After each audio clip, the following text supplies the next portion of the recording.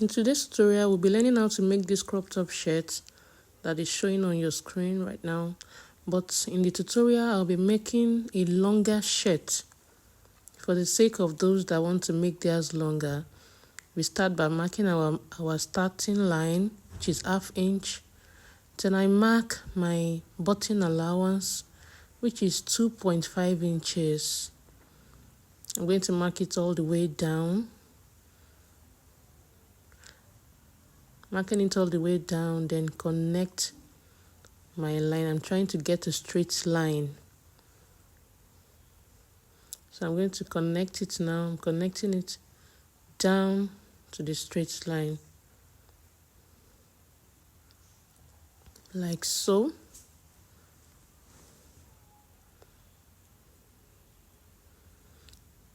Then the next thing, I'll be marking my shoulder. My shoulder is 16 divided by 2 is 8 inches. And that is my shirt shoulder, actually. My shirt shoulder is 8 inches, and I'll be marking it like so. Then I'll mark my neck width, which is 3 inches. I'll be marking it. Then the neck depth, which is also 3 inches.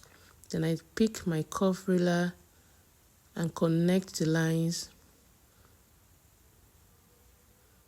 just like so.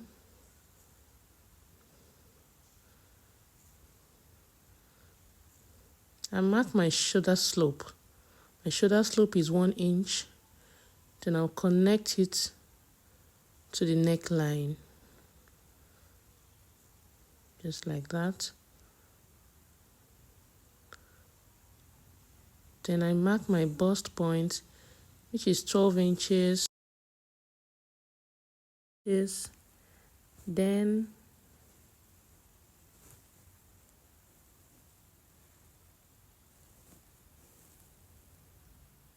I'll mark the waistline, which is 18 inches, and the hip line, which is 26 inches. And 26 inches is the full length of the paper, so I'm not going to be marking any line down there.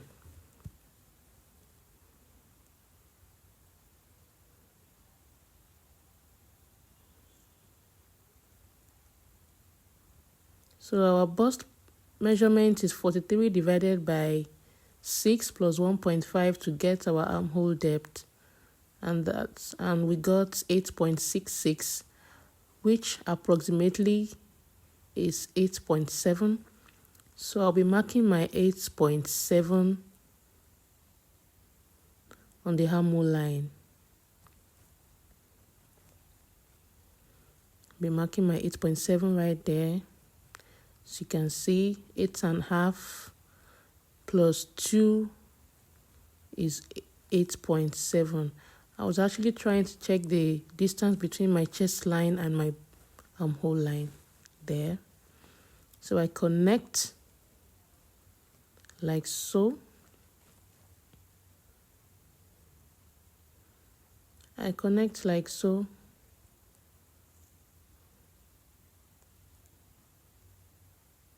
I mark the straight line like so. Then the next thing for me to do now is to divide my armhole line by 2 to get the midpoint there. So I got 8.75 there. 8.7, sorry. So I mark the midpoint and go in by 1/2 inch. Then I'll connect the line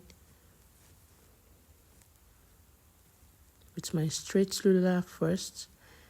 Then I'll get my bust. My bust measurement divided by 4. My bust measurement is 43 divided by 4, which gives us 10.75. And I'm marking 10.75 there, plus 1 inch for ease. Because I'm making a shirt, I'm not making a fitted blouse, so I'm adding 1 inch for ease right there, as you can see.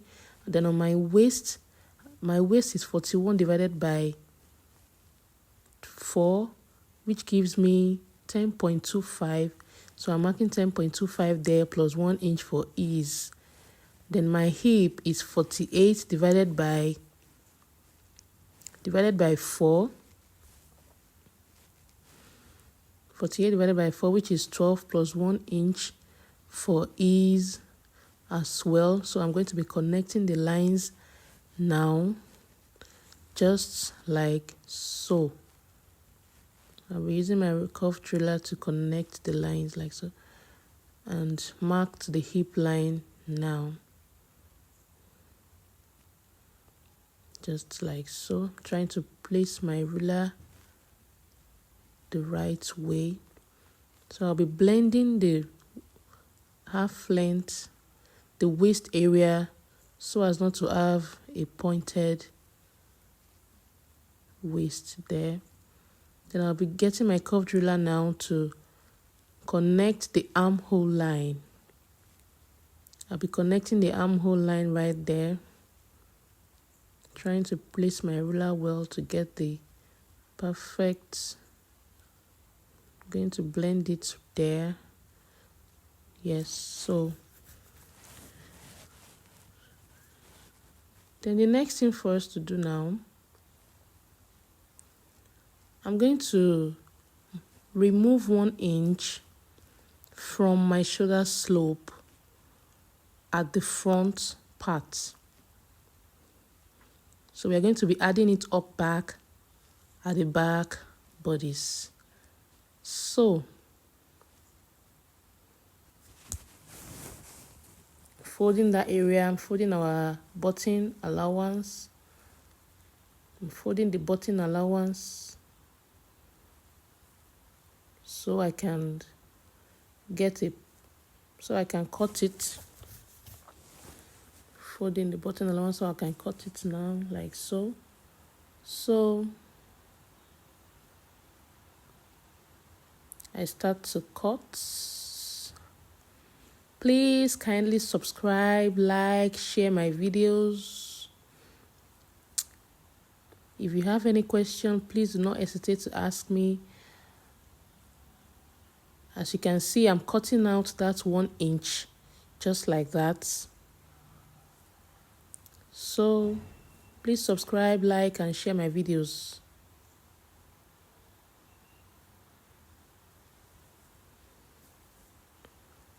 So I'm cutting it like so.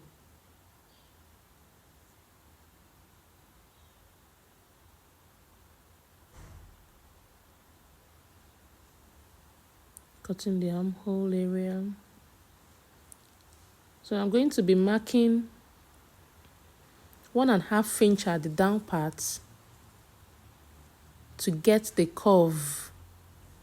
You can actually mark 2 inches, 2.5. It depends on how curvy you want your down part to be. But I prefer to use the 1.5. That is why I'm using it for the tutorial sake and for the fact that I'm not going to cut it out. Just for the sake of cutting. That is why I'm adding 1.5. So you can add 2 inches. You can add 2.5. You can even add 3 inches. It depends on how curvy you want it to be. And that is basically it for the front part. So my back part, my starting line is 1.5. So I'm fast forwarding this place because I'm basically doing almost what I have done at the front part. My shoulder slope 1 inch. My neck width and depth. My neck width is 3 inches. My neck depth is 1. I'm marking my waist, my hip. Again, I'm basically doing what I've done before. So my shoulder slope is still 8.7. My waist, which is my bust, 43 divided by 4. I'm adding my 10.75 plus 1. My waist 10.25 plus 1. My hip 12.12 plus 1. Sorry. So I'm connecting it like so. Just the same way I'm blending that right, just the same way I've done. Just the same way I did it in the first part. That's the front bodies and my armhole, like so. So I'm returning that 1 inch I took from the front bodies. I'm returning it back to the back. just the way you are seeing it there, like so. And I'm removing my 1.5 inch the same way I did the front part. So that's basically it, and then I'm cutting. And then I'm cutting it like so. So after cutting, all you do is just to fold it. I folded the back, the 1 inch, I folded it back to the front, and this is what we got. This is what you should have by the time you are done cutting yours, and at this point, this is what you should get. This is what you should have. You just pull the armhole, place it on each other, and then you fold the neck from the back to the front, and you get exactly just what I got here. And that is basically it for the front and back. This is the, so now I've cut it on my fabric, and then I added 1/2 inch at the front. Please remember to notch that area so you can know, you notch it in the front, in the upper part and the down part. Please notch that area. I'm adding 1/2 inch round, 1 inch by the side and 3 inches by the down, because I want it longer than my half length. Remember I told you we are making a crop top, so I've cut the hip area away. So I added 3 inches to my waist line. I added 1/2 inch round the armhole, the neck, the shoulder slope, 1 inch by the side, 3 inches by the down part, just to make my own shirt longer.